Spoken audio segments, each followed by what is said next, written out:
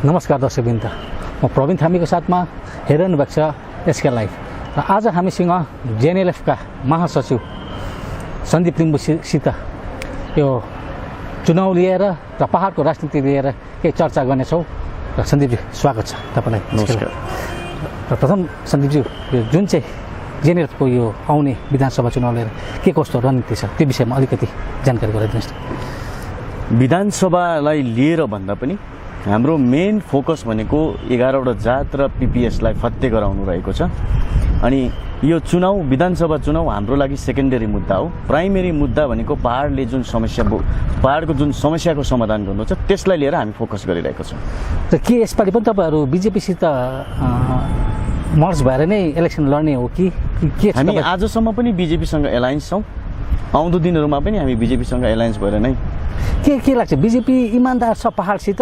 के लाग्छ तपाईँलाई? किनभने जुन चाहिँ 11 जनजातिको मुद्दा थियो त्यो उनीहरूले 21 इलेक्सन अगाडि फत्ते मिस दिने, तर अहिले 24मा पुऱ्याइने। के लाग्छ, यो करनी र कथनीमा फरक देखिँदैन बिजेपीको? किनभने उनीहरूले पहिला पनि भनेको 21 अगाडि दिन्छु है भनेको थियो नि त मोस्ट प्रोबेबली, तर अहिले फेरि 24मा पुऱ्याइने। के लाग्छ तपाईँलाई? मेनली चाहिँ यो 11वटा जातलाई जनजाति बनाउने र पीपीएसको मुद्दा भनेको 2019को चुनावको मेनिफेस्टो हो, अर्थात् लोकसभाको। हजुर, हामीले यो दुईटा मुद्दामै राजु विष्टज्यूलाई हामीले जितायौँ पहाडले, र उहाँको कार्यकाल 2024सम्म हो। तर हामीले 2021को चुनावभन्दा अगाडि हुनुपर्छ भनेर हामीले पोलिटिकल दबाव हामीले दिल्लीलाई दिनु थियो र बिजेपी सरकारलाई दिनु थियो, त्यो हामीले दबाव दियौँ। अनि त्यो दबावको मुताबिक नै दिल्लीले गृहमन्त्री अमित शाहज्यूले दिल्लीमा अल पोलिटिकल पार्टी जो बिजेपीसँग गठबन्धन छ उनीहरूलाई लिएर यो दुईटा मुद्दामा ठोस कदम चाल्नुभयो र उहाँहरूसँग वार्ता सुरु भयो। अनि अर्को कुरो, यो 11वटा जातलाई त्यसैको फलोअप गरेर सिक्किमको विधानसभाबाट यसको बिल पारित गरेर दिल्ली पुर्याउने काम गरिए, र आजसम्मको उपलब्धि यो हो। र बिजेपीले चाहिँ चुनावको 2019को मेनिफेस्टोमा 11वटा जातलाई 2021 भन्दा अगाडि दिन्छु भनेर चाहिँ उल्लेख गरेको छैन। तर एमपी इलेक्सनको मेनिफेस्टोमा थियो, हामीले दबाव दियौँ। अनि दबाब दिएको कारणले गर्दा सिक्किम विधानसभा र दिल्लीमा वार्ता सुरु भएको। कि यो समय थिएन प्रपरली बार्गेनिङ गर्ने, यो दे र भोट लैजा भन्ने यो समय थिएन परिस्थिति? कि तपाईँले त्यो किन जेएनएलएफले गर्नु सकेन? यो 11 जनजाति देऊ र भोट लैजाऊ पहाडको भन्ने एउटा बार्गेनिङ गर्ने सिचुएसन थियो, त्यसमा पनि जेएनएलएफ चुकेको जस्तो देखिँदैछ नि यो स्थिति हेर्दाखेरि। बार्गेनिङ भन्ने कुरो त जातिको भलाइको लागि, स्पेसली यहाँ जेएनएलएफ पार्टीको सेल्फ इन्ट्रेस्टलाई लिएर हामीले काम गरेनौँ। जातिको लागि जे गर्नुपर्ने थियो हामीले बिजेपीसँग दबाव दिनुपर्ने थियो। दबाव दिएको कारणले गर्दा नै दिल्लीमा योपालि गृहमन्त्रीले बोलाउनु परेको हो। गृहमन्त्रीसँग पहाडको पीपीएस सम्बन्धी बातचित ठोस कदम चालेको हो। यो बार्गेनिङको कारणले गर्दा नै हो। नत्र पनि हामी पनि चुपचाप लागेर बस्नु हो भने चाहिँ केही पनि हुनेवाला थिएन। के लाग्छ अब तपाईँहरूको कस्तो छ आउने रणनीतिहरू चाहिँ? भावी हेर्नुहोस्, यो पहाड तराईवासी साथै भारतीय गोर्खाहरूलाई आजको दिनमा न्याय दिन सक्ने भनेको बिजेपी सरकार अर्थात् मोदी गभर्मेन्ट मात्रै हो। अनि अरू गभर्मेन्टमा त्यो दम छैन। जो राज्य सरकारमा कतिले भन्दैछ साथीहरूले कि राज्यको मुख्यमन्त्रीलाई फेरि मुख्यमन्त्री बनाउने। अनि यहाँनिर प्रश्न कहाँनिर उठ्छ भने साथीहरूलाई, जुन पार्टीको मुखियाले 2017मा हाम्रो 13 जनालाई गोली ठोकेर मारे, उसको प्रशासनले आज उनीहरूलाई नै मुख्यमन्त्री बनाउँछु भनेर भन्दैछ। आज उनीहरूलाई नै भोट गर्नु भन्दैछ। त्यो समयमा ठोस केन्द्रले पनि केही कार्य गरेको जस्तो देखेन नि। हेर्नुहोस्, 2017को आन्दोलनपछि दिल्लीले त्रिपक्ष वार्ता बोलाएको हो। राज्य सरकारलाई बारम्बार कि प्रतिनिधि पठाउनुहोस्, राज्य सरकारलाई अंशग्रहण गर्नुहोस् भन्दाखेरि राज्य सरकारले बाइकआउट गर्यो। त्यस कारणले पहाडको समस्याको लागि, समाधानको लागि जुन द्विपक्ष वार्ता दिल्लीले बोलाएको त्यो विफल बनाउने काम कसले गर्यो? राज्यको मुख्यमन्त्री ममता ब्यानर्जीको सरकारले गर्यो। त्यसै कारणले गर्दा यो 19को इलेक्सन भने, यो 19 इलेक्सन पछि यो 21को इलेक्सन भनेको गोर्खाल्यान्ड विरोधी शक्तिहरूलाई रोक्नुको लागि हो। जसको विचारधारा बङ्गालको विचारधारा छ, जसको विचारधारा बङ्गालपन्थी विचारधारा छ, जसले हाम्रो गोर्खाल्यान्ड माग्नेलाई विदेशीको लान्छानासम्म लाए र गोलीसम्म ठोके, त्यसको विरुद्धमा यसपालि पहाडले चुनावमा आफूले आफ्नो बहुमूल्य मत लाउनुपर्छ। पीपीएस यता राज्य सरकारले पनि पीपीएस मै दिन्छु भन्दैछ केन्द्र। तपाईँको नजरमा राज्य सरकारको पीपीएस के होला त? राज्य सरकारको पीपीएस त उसको मेनिफेस्टोमा देखियो। हिजो मात्रै लन्च भएको मुख्यमन्त्री ममता ब्यानर्जीले लन्च गर्नुभएको मेनिफेस्टो टीएमसीको 2021 इलेक्सनको उहाँले भन्नुभएको छ स्पेशल डेभलपमेन्ट बोर्ड पहाड हिल र तराईको लागि। र अब तपाईँहरूको चाहिँ उसको पिपिएस भनेको चाहिँ उसको राज्य सरकारले ममता ब्यानर्जीले दिन्छु भनेको पिपिएस र गोजमुङ 1 र 2 ले भनेको पिपिएस भनेको चाहिँ स्पेशल डेभलपमेन्ट बोर्ड। हामीले भनेको पिपिएस भनेको संवैधानिक व्यवस्था। त्यो गोर्खा- हामीले अलग बुझेको राज्य? भनेको चाहिँ अलग राज्य गोर्खाल्यान्ड हो। हामीले बुझेको भारतीय गोर्खाहरूले बुझेको भनेको पिपिएस भनेको गोर्खाल्यान्ड हो। त्यही कुरालाई दबाउ दिइरहेको छ हामी त्यसमै दबाब दिइरहेका छौँ। राजु विष्टजीले पनि लोकसभामा काम गर्नु हुँदैछ, हामीले जुन प्रकारले पोलिटिकल लेभलमा काम गर्नुपर्ने थियो हामी गरिरहेका छौँ। हामी सिन्सियरली यो मुद्दामा हामी लागि परेको छौँ। अनि यो पालिको इलेक्सनमा चाहिँ पहाडले निर्णय गर्नुपर्छ, पहाडको हरेक भोटर्सले निर्णय गर्नुपर्छ कि हामीलाई मार्छु भन्ने मुख्यमन्त्रीको हातलाई बलियो बनाउन लागि भोट गर्ने हो कि हामीलाई पर्मानेन्ट पोलिटिकल सल्युसन र 11वटा जातलाई जनजाति दिन्छु भन्नेलाई भोट गर्ने, यो पहाडले निर्णय गर्नुपर्छ। यो हाम्रो लागि सुनौलो एउटा अवसर हो। जुन चाहिँ यसपालि इलेक्सन हुँदैछ नि, यसमा तपाईँहरू के जुन चाहिँ गठबन्धन दल छ नि, यसमा तपाईँहरूले सिट सेयरिङ गर्नुहुन्छ? जस्तै क्रामाकमा पनि आफ्नो उठ्ने विचार गरिरहेका छन् भने अब जेएनएलएफ पनि तयार छ। के बिजेपी भएरै उठ्ने कि अथवा जेएनएलएफ भएर सपोर्टेड बाई बिजेपी कि के हुन्छ? यसको लागि हामीलाई 2-4 दिन पर्खनुहोस्, हामी यसलाई छर्लङ्ग बताउँछौँ। किनभने अलिकति यसको लागि समय छ। मैले अगावै बताउँदा पनि हुने चिज हो, तर अब यो हामीले अनुकूल समय नै पारेर सो मुहूर्त गरेर नै हामीले श्री गणेश गर्नुपर्छ। त्यसै कारणले गर्दा हामी यो विषयवस्तु 2-4 दिनमा हामी जनता समस्त सबै प्रेस मिडिया मार्फत हामी खुलासा गरिदिन्छौँ। कहिलेसम्म खुलासा गर्नुहुन्छ यो जुन चाहिँ अब क्यान्डिडेट उम्मेदवारको? नोमिनेसन छ, नोमिनेसन डेट छ 23 देखि 30 सम्म छ, त्यति बेला नै हामी खुलासा गरिदिन्छौँ। के भनेर यसपालि जानुहुन्छ जनता समक्ष? जनतालाई हाम्रो यही भन्नु हो कि 11वटा जातलाई जनजाति बनाउने र यो पिपिएस दिनु सक्ने सरकारको हातलाई बलियो बनाउनुपर्छ र हामीलाई गोली चलाउँछु भन्ने राज्य सरकारको जुन हामीलाई विदेशी गोर्खाल्यान्ड माग्नेलाई विदेशीको लान्छना लाउने शक्तिको चाहिँ हामीले उसको हातलाई चाहिँ दुर्बल बनाउनुपर्छ। त्यसको लागि हामीले चुनावमा भाग लिनुपर्छ। यो किन यति समय किन लाग्यो? जुन चाहिँ 11 जनजातिको लिएर 17देखि चाहिँ चलेको होला, जोयल ओरमको त्यो कमिटी गठनदेखि लिएर अहिलेसम्म पनि त्यसमै हामीलाई त्यो देखाइरहेको छ नि। अब त्यो 2017-18 मा के भयो हामी त त्यसको अकाउन्टेबिलिटी छैनौँ, स्पेसली जेएनएलएफ छैनौँ। त्यति बेलाको साथीहरूले रणनीति राम्रो बनाउन सकेन, दिल्लीमा राम्रो खालको दस्तावेज बुझाउन सकेन।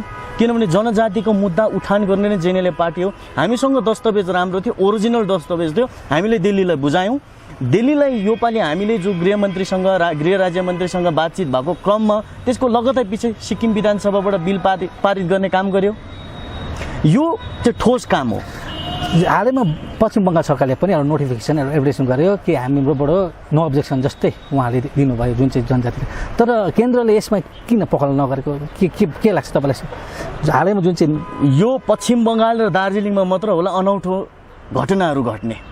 राज्य सरकारले विधानसभाबाट बिल पास गरेर एउटा अफिसियल दिल्लीमा पठाउनु पर्ने बिल पारित गरेर पठाएको बिल दिल्लीमा पठाउनु पर्ने, तर राज्य सरकारले दिल्लीमा नपठाएर विज्ञापन दियो। आज के कुनै संविधानले पास गरेको चिज, लोकसभा होस् राज्यसभा होस् चाहे विधानसभा हो, विधानसभाले पास गरेको चिज विज्ञापनमा भनेर हुन्छ?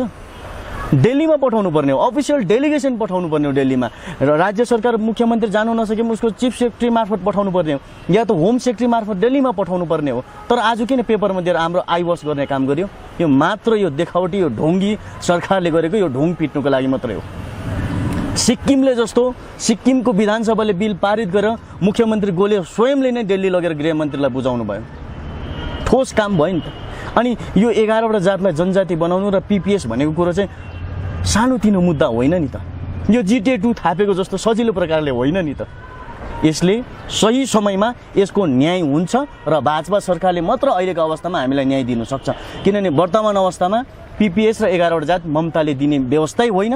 त्यही भएको कारणले गर्दा हामी ममता ब्यानर्जीलाई भोटमा हामी जिताउँदैनौँ, हराउँछौँ। हालैमा पेपरतिर आयो नि त्यो जिन फेरि आयो भने GTA रिपिल गर्ने भने त्यो विषयमा के? हामी चुनावमा बिजेपीले 2 मेमा सरकार कोलकातामा गठन गरेपछि त्यसको लगत्तै GTA खारिज हो। नरहे बाँस नबजे बाँसुरी। किनभने ममता ब्यानर्जी यसको बाँस हो भने बाँसुरी बजाउने त अनित विनय र विमल गुरुङ हो। अब यो पालिको चुनावमा चाहिँ हामीले बाँस पनि राख्नुहुन्छ, नरहे बाँस नबजे बाँसुरी। यो टोटली जेएनएलएफ आजभन्दा अगाडि जिटिएको विरुद्ध थियो, आज पनि छौँ र भोलि पनि हामी रहन्छौँ। त्यसको व्यापक के डिजिएचसी फेरि लागू गर्नुपर्छ? डिजिएचसी होइन, पर्मानेन्ट पोलिटिकल सल्युसन लागू हुनुपर्छ। पिपिएस हो, डिजिएचसी त पुरानो भयो, हामी छोडेर आयौँ। अब हामी त पिपिएस र 11 जातमा फोकस गऱ्यौँ। कहिलेसम्म समय सीमा तपाईँहरूको? हेर्नुहोस्, हामी विमल गुरुङ जस्तो नेता होइनौँ कि हामी 10 मार्च 2010 गोर्खाल्यान्ड ल्याउनु सकेन गोली ठोक्छौँ भने हामी नेता होइनौँ। तर सही प्रकारले काम हुँदैछ, काम ठोस प्रकारले हुन्छ। अनि बिजेपीको काम गरे भनेको काश्मीरको मुद्दा समस्या समाधान गर्दा प्रेस मिडियामा आयो, आएन। त्रिपल तलाकको काम गर्दा आएन। बिजेपीको काम गरे भनेको नै सर्जिकल स्ट्राइक जस्तो हो, अचानक हुने हो। तर हामीलाई थाहा छ हामीले काम गरिरहेको छौँ। दिल्लीमा जुन प्रकारले राजु विष्टज्यू र मोहन घिसिङज्यूको नेतृत्वमा जुन प्रकारले काम भइरहेको छ, जनतालाई हामी निर्धक्क बस्ने अपिल गर्छौँ कि अपोजिसन साथीहरूकोमा मुद्दा छैन, मुद्दा नभएको कारणले गर्दा अहिले क्षेत्रीयवादको कुरा उठाउनुहुन्छ, उहाँहरूले नयाँ सोच र नयाँ विचारको कुरा गर्नुहुन्छ। मान्छे चाहिँ जिटिएमा चलाउने अनित थापा सभासद थिए, विनय तामाङ सभासद थिए, मान्छे पुरानै जिटिए 1 को र गोजमोमो 2 गठन गरेपछि नयाँ सोच र नयाँ विचार। नयाँ सोच र नयाँ विचार भनेको चाहिँ के हो मेरो बुझाइमा र उनीहरूको काम गराइले नयाँ सोच र नयाँ विचार भनेको चाहिँ के हो? नयाँ सोच र नयाँ विचारले चलाएको जिटिएमा चाहिँ नेताले पहिला काम पाउनुपर्छ। सरकारी नोकरी होस् चाहे जेसुकै होस्, जिटिए 2 को नयाँ सोच र नयाँ विचार भनेको चाहिँ नेपोटिजम हो, भाइ भतिजावादको कुरा प्रशस्त हामी देख्छौँ। पढे लेखेकोलाई लोलो पोतोमा भुलाउने र नेताहरू सबै काम पाउने। उदाहरणको रूपमा प्रशस्त हामी केशव राजले पनि टिचर पाउनुभयो, सन्दीप छेत्रीले टिचर पाए, भास्कर राईले टिचर पाए। जिटिए 2 को नेतृत्व गर्नेहरू सबैले नयाँ सोच र नयाँ विचारमा नेताहरूले काम पाए, जनता दखलिँदै छन्। सुन्नुहोस् त, यो पिपिएस गोर्खाल्यान्ड भने किन स्पष्टसँग चाहिँ लेख्नु नसकेको, भन्नु नसकेको तपाईँहरूको चाहिँ किन, के कारण छ होला? पिपिएस मात्रै किन भने छोरा हुन्छ कि छोरी हुन्छ पहिल्यै नाम राख्नु त मिलेन नि। छोरी भयो नि छोरीकै नाम राख्नु पर्यो, छोरा भयो छोराकै नाम। विपक्षीले किन चाहिँ स्पष्ट पिपिएस भने के हो, अनौलतामा छ भने तपाईँले किन पिपिएस स्पष्ट र गोर्खाल्यान्ड युटी किन चाहिँ यो भन्नु नसकेको भन्ने चाहिँ? पर्मानेन्ट पोलिटिकल सल्युसन भनेपछि स्थायी राजनीतिक समाधान हो। कुन चाहिँ चिजले पहाडको स्थायी राजनीतिक समाधान हुन्छ? अपोजिसनको साथीहरूलाई यो पनि थाहा छैन। आज उहाँहरूले बुझ पचाइ पठाएको मात्रै हो। जसरी यहाँनिर राजु विष्टलाई बाहिरको मान्छे भनेर भनिँदैछ, भारतीय नागरिक हो राजु विष्ट पनि, गोर्खाको खुन छ उसमा। भारतको मान्छे भारतभित्र कुनै पनि जग्गामा चुनाव लड्दा कसरी बाहिर र भित्रको आयो? अनि यो चाहिँ के हो भन्दाखेरि चाहिँ यो बाहिरको र भित्रको भन्ने सोच चाहिँ पश्चिम बङ्गालको यो तराई क्षेत्रमा थिए, जो कोलकाता हल्दिया मालदातिर नन्दीग्रामतिर बाहिर र भित्रको कुरा थिए। त्यही कुरालाई कपी गरेर पाहाडमा पनि बाहिर र भित्र कुरा ल्याइँदैछ। यो सरासर गलत हो। सुन्नुहोस् त, यदि बिजेपी आए एनआरसी लागू भए के पहाड सुरक्षित होला? किनभने यहाँ हाम्रो पर्जापट्टा भनेको कमान बस्तीमा छैन। त्यो विषयमा के भन्न चाहनुहुन्छ? हामी एनआरसीसँग किन डराउनु? म भारतीय हो, म जमिनसँग आएर बसेको हो, म काँडा तारबाट छिरेर आएको होइन। यो एनआरसी काँडा तारबाट छिरेर आउने जो इलिगल रूपमा बसेको छ, जो इलिगल रूपमा भारतमा बसेको छ, उनीहरूको लागि एनआरसी हो। आज जसले एनआरसीसँग डराउँदैछ उनीहरूसँग डकुमेन्ट छैन, उनीहरू इलिगल रूपमा आएको हुनुपर्छ, उनीहरूको डिएनए चेक गर्नुपर्छ। तथापि डकुमेन्ट जनतालाई आतंकित गर्ने काम गर्दैछ। हामी एक्जम्सन ल्याउँछौँ, राज्य गभर्मेन्टसँग मिलेपछि जे पनि हुनसक्छ। नर्थ इस्टको 6 सेड्युल एरियामा एक्जम्सन लाग्यो। खाँटी भारतीय नागरिकहरूलाई एनआरसी होस् एनपिआर होस् केसँग पनि डर छैन। तर बिजेपीले राज्य सरकारमा आएपछि एनआरसी लागू गर्छु भनेर भनेको छ, दार्जिलिङमा लागू गर्छु भनेर भनेको छ, बङ्गालमा लागू गरेपछि भनेको छैन। यो अपोजिसन पार्टीहरूको साथीहरूकोमा मुद्दा नभएको कारणले जनतालाई आतंकित गर्ने काम गर्दैछ र जनतालाई आतंकित पारेर उनीहरूको कुर्सी जो चिटिएको कुर्सी जसले मुख्यमन्त्री ममता ब्यानर्जीले दिएको छ उसको हात बलियो बनाउने षड्यन्त्र गर्दैछ। तर यो षड्यन्त्रको पर्दा जनताले झारिदिन्छ निश्चय नै। के हुनेछ यसपालिको? के भन्नु चाहन्छु जनताले यो पालि इलेक्सन आउँदो इलेक्सन? म जनतालाई यही भन्न चाहन्छु, हामीले गोर्खाल्यान्डको मुद्दालाई मर्नु दिनु हुँदैन र हामीलाई जो गोर्खाल्यान्ड माग्ने 13 जनालाई जसले शहीद बनाए ती पार्टीलाई जिताउनको लागि गोजमोमो 1 र गोजमोमो 2 घर दैलोमा आउलान्, उहाँलाई नमस्ते गरिदिनुहोस्।